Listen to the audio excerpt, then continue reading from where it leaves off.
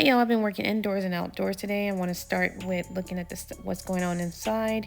And the soil seems to be improved with that fungus or mold, but it's still not doing the greatest. So I'm going to go ahead and up pot the tomatoes. And then over here on the other side, the pea had a pea actually and some flowers forming, but it looked like it's not doing well. And the cucumbers also aren't doing all that well. I'm constantly having to water, and there's like an overwatering, underwatering issue with these because they're drying out pretty much every day. I could have harvested some of this stuff, but I haven't because I wanted to wait until it's outdoors and let it be at its strongest to give it the best chance.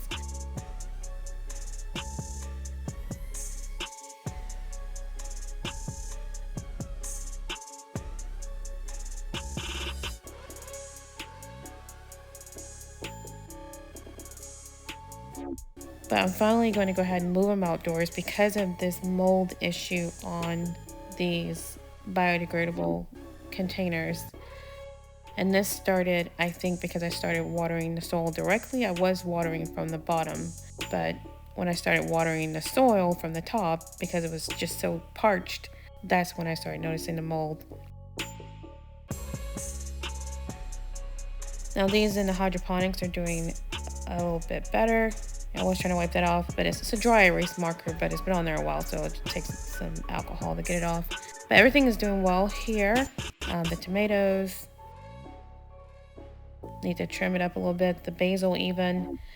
And even this spinach that I thought it was dead because of the spotting on the leaves, it looked like it had a disease. I thought it wasn't gonna make it, but then I noticed that it has a vine going up the side of the shelving unit, and there are a bunch of these little buds all over it, and it goes up pretty far. So I'm just gonna let it do what it do, see what happens with that.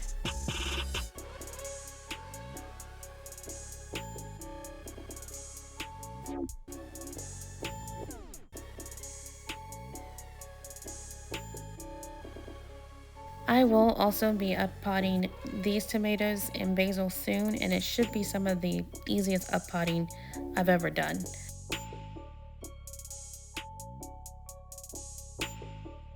But for today, I'm going to just up pot these tomatoes.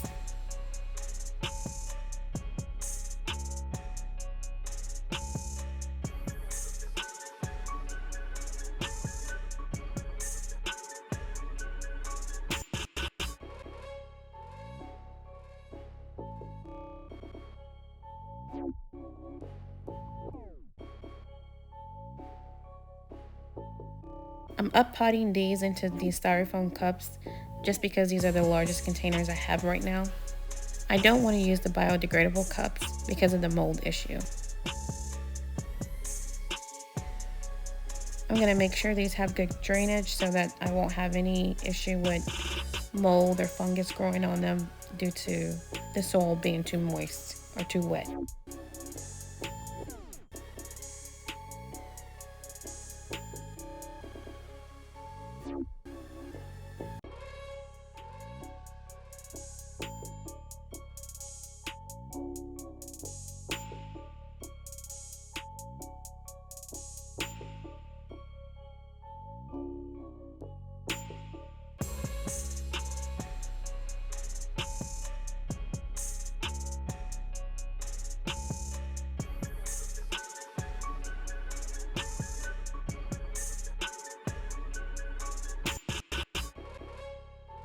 Okay, over on the left side and the back is the banana tomato, and in the front is the blueberry tomato. In the back on the right side is the Paul Robeson tomato, and then the Cherokee purple in the front. You kind of see the issue with the soil and also some of the leaves not looking all that great. So I think it's definitely time to go ahead and up pot them. I think if I left them in this seed tray, especially with the ongoing mold fungus issue, the plants may start dying. I may lose some of them.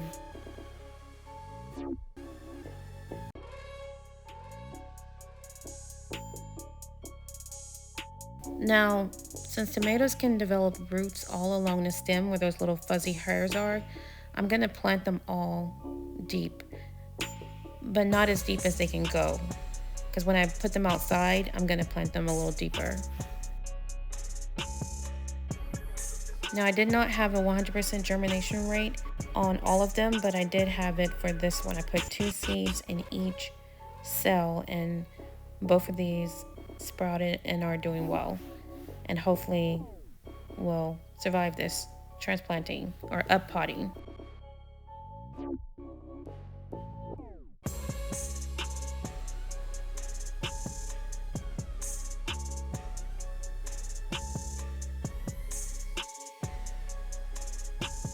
So I will remove any leaves that are going to be buried. So any lower than what the soil or they're going to be covered by the soil will be removed. I did add boiling water to the soil earlier, so it has been quote unquote treated. I still have no gnat or fruit fly issues in my house so far. And that's even with the mold situation. I still have no bugs.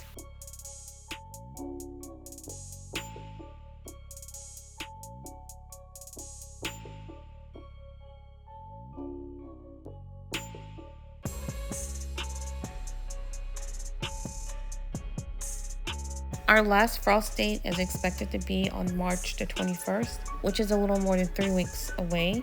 But our forecast is showing no temperatures below freezing and just pretty good temps overall.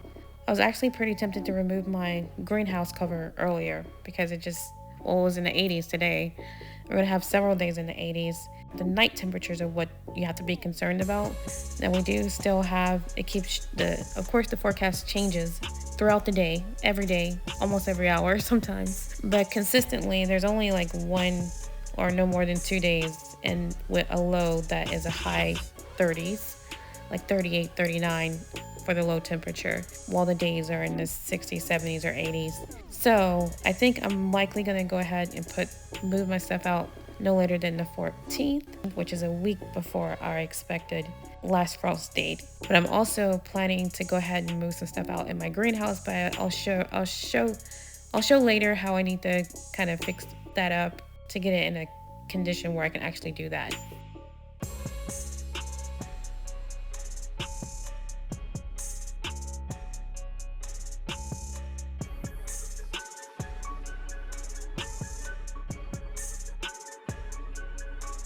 I started with the fancy seed trays, but this is really all you need to get started with your gardening. If you want to start early, like start your spring garden early by starting your plants indoors, and that's just so that you can start it while it's too cold outside. Otherwise, you have to wait until after your frost date, which delays the time when you'll get your first harvest. So the whole point of us starting indoors, most of us, is so that we'll get like a head start on our plants, and which means we'll also get a head start on fruit production. And now I've actually decided I'm going to just use some solo cups, which I've used in the past. I'm going to use these in the future, but for the rest of these next weeks or at least the next week or so while I'm preparing for spring, I'm going to order some solo cups, some regular old plastic cups to use for my seeds indoors and outdoors, just so that they have a large enough container to grow in, and it should be easier to go ahead and transplant them when I need to.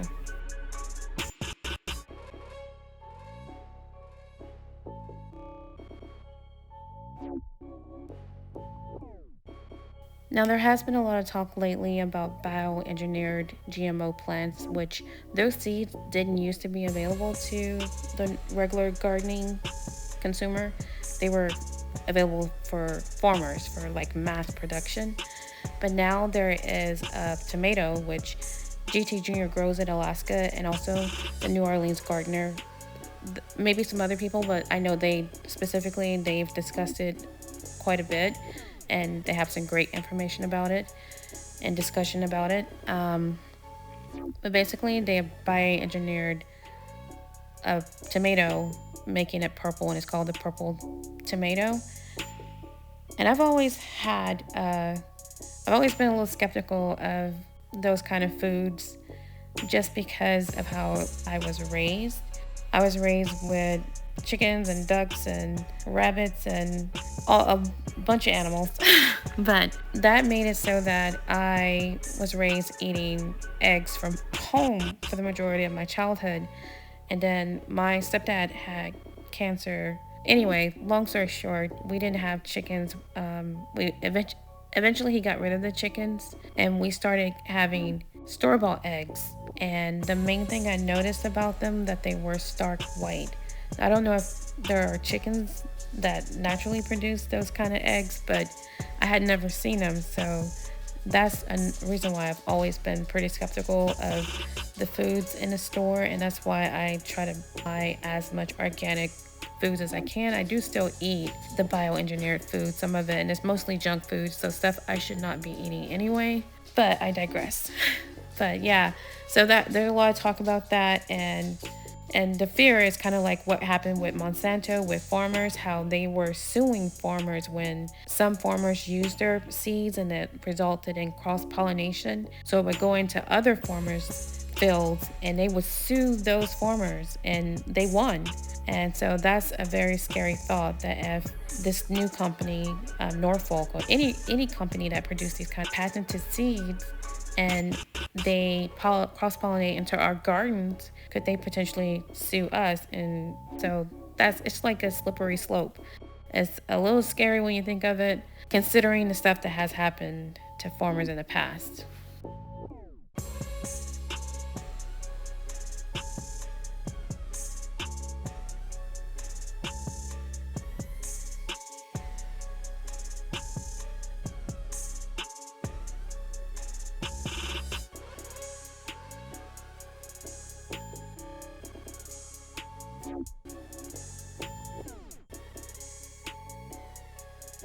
Now, most of these came out pretty easily, or at least intact enough to make it easy to uppot them. So I definitely prefer this size over the smaller size, or at least just having a larger plant. I think having a larger plant is the main difference.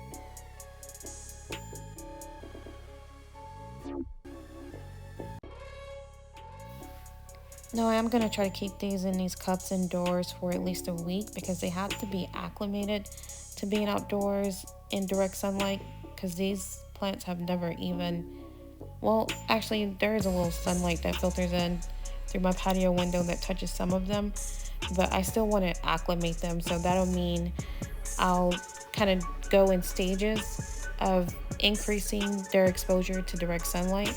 I may start it indoors in the shelving unit that's in my patio door, which has direct sunlight coming inside, but eventually I will have to start taking them outdoors to be experiencing the direct sunlight in the outdoor environment, and also wind, because I only just added a fan today. So anyway, so that's going to be the part of acclimating them, just gradually exposing them to outdoors, maybe an hour at a time, an hour one day, 2 hours the next day, and kind of gradually increasing it until they're able to stay outside for 6 hours. And because that's what the amount of sunlight that you want your plants to have. Although, of course, since it's winter time, your garden may not be getting 6 hours of direct sunlight all over your yard. It just depends on how it is. For my yard, since my house faces south and my yard is behind the house blocks a lot of the sunlight during the winter months, so it gradually moves, forward, which is, I'm saying, is south. So I guess it's down actually, but to me it's forward because my house faces that way. So that's kind of how I view it. But whatever. I'm just saying that since the sun moves south, further south in the winter, it's lower in the sky, and as it goes up for the summertime, and that's when we'll get our longest day in June for the summer solstice. But anyway, the point is, you know how the sun moves through the sky, it's higher in the sky, further north in the sky in the summertime, and then it gradually falls back down to south where it's much lower and the days are much shorter. So my point is, right now there are spots that may not get that 6 hours, but next month or definitely by June they will be getting that 6 hours.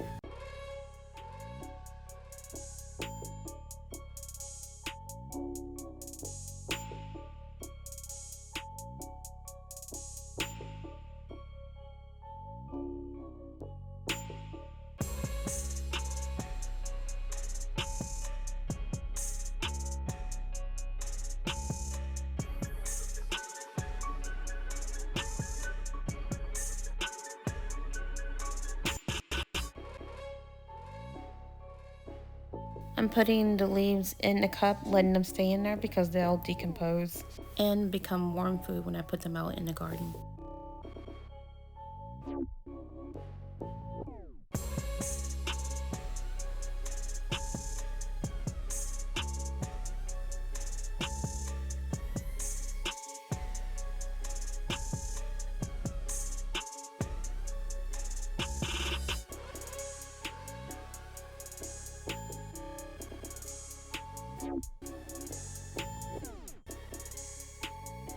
I don't want the soil to be compact, so I'm being very light-handed and gentle with the soil and with the plants. I'm trying to make sure there aren't any air pockets, but you don't want to eliminate all air. You don't want it to be compact.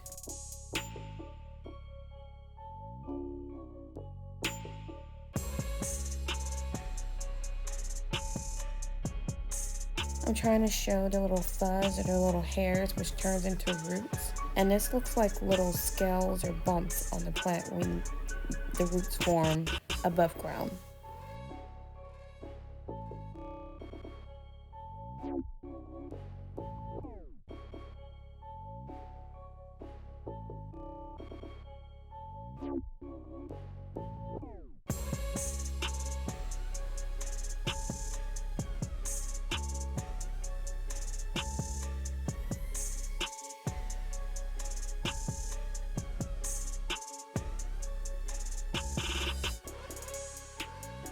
Now this tray only had germination in 2 cells. I didn't have any germination for the pineapple tomatillo or for the beefsteak tomato.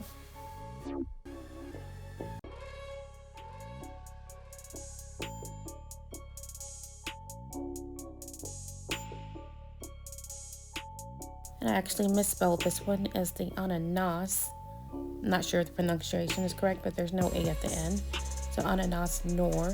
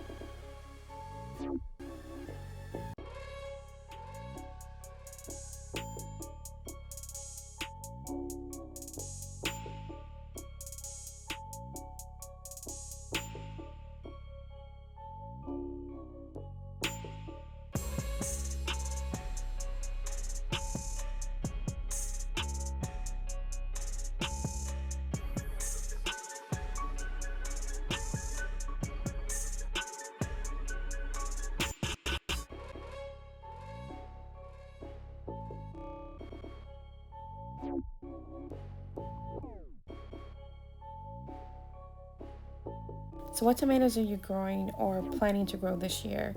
And what do you plan to do with it?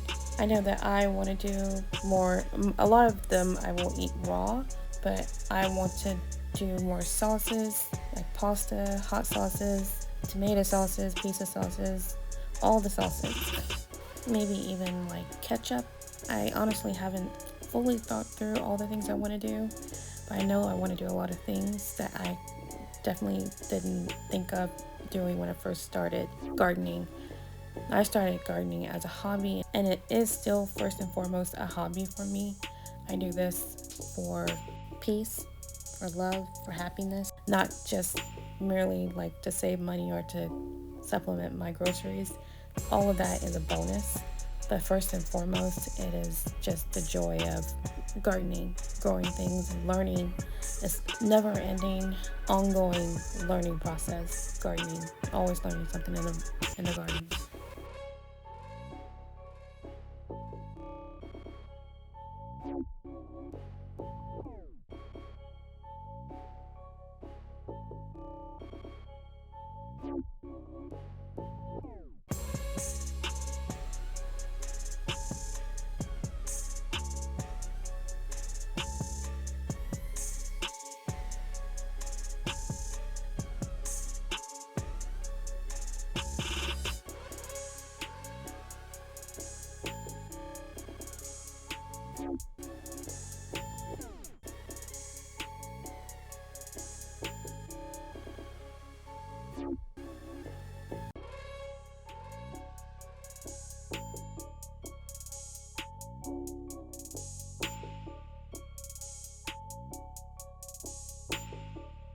I would have rather have waited until these were much larger, especially the smaller one.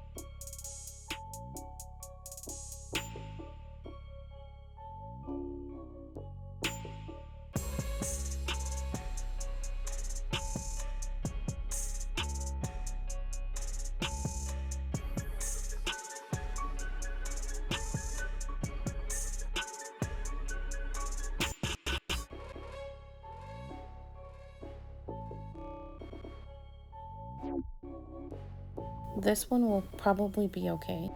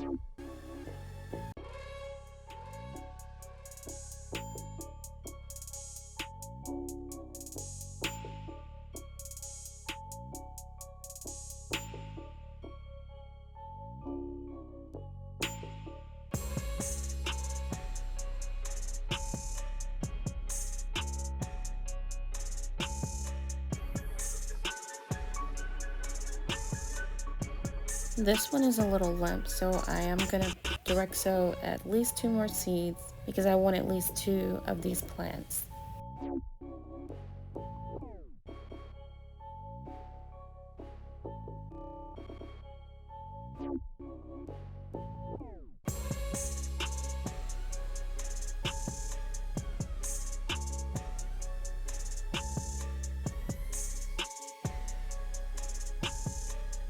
I will be adding tags for the ones that had 2 plants, so one doesn't have a tag. And I also temporarily put it over in the old spot. I'm going to move it over in front of the patio door so that they'll get some direct sunlight, and also because they're taller and that those shells over there are taller.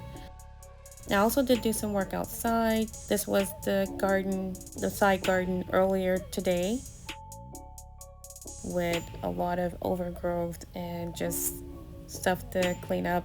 And this is after. And I still have a lot more to do, but I'll be working on that over the next few weeks. Thanks for watching.